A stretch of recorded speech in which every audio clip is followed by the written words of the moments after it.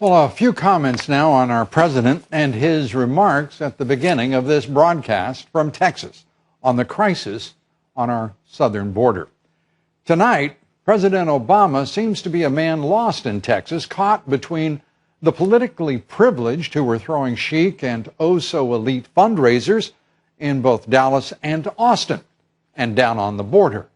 The tens of thousands of illegal immigrant children are creating the humanitarian crisis the president spoke of, but whom he refuses to actually see and to talk with. Because the president might also have to take notice of the millions of his own citizens whose lives are being upended by the influx of illegal immigrants. President Obama is caught as well between his still so true believers and ever-thirsting Kool-Aid drinkers, and the rising number of his critics and his detractors. His gambit to politically exploit tens of thousands of illegal immigrant children on the issue of illegal immigration and comprehensive immigration reform has turned into a public relations and human relations disaster for this White House.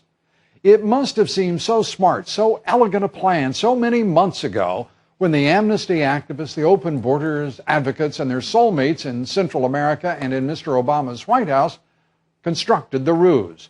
But the law of unintended consequences has turned out to be a barrier to Mr. Obama's ambition to fundamentally transform this nation.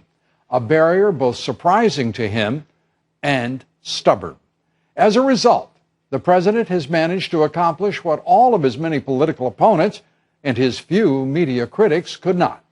The president has forced the national media to look to our southern border and to explain to a now skeptical public how 60,000 children in 6 months have managed to travel 1,800 miles from their home countries to our border without support of their governments.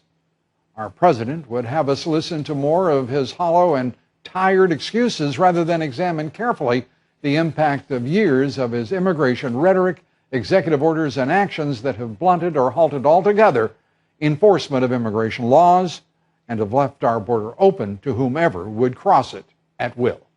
Mr. Obama would further have us believe his White House played no causal role in what he would like to be perceived as a spontaneous exodus from families, homes, and country.